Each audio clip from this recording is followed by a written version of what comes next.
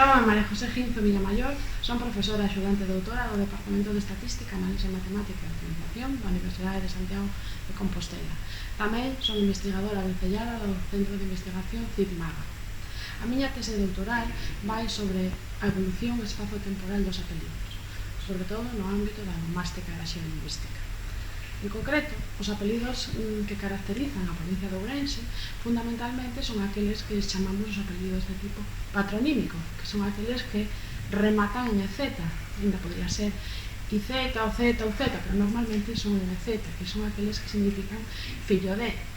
Por exemplo, o apelido Rodríguez, Fernández, González, etc. O apelido Rodríguez, a súa vez, é o máis frecuente da nosa comunidade autónoma. Non ocorre o mesmo no noso país, en España, que o apelido máis frecuente é o apelido García.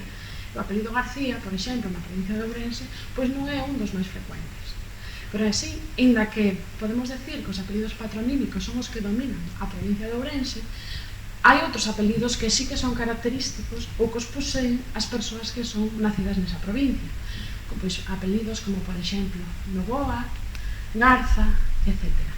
Así, hai outro grupo de apelidos moi importantes na nosa comunidade autónoma, que son os apelidos toponímicos, que son aqueles que están caracterizados porque proveñen dun nome dun lugar. É verdade que estes apelidos de tipo toponímico abundan máis nas provincias de A Coruña e Ourense, A Coruña e Pontevedra.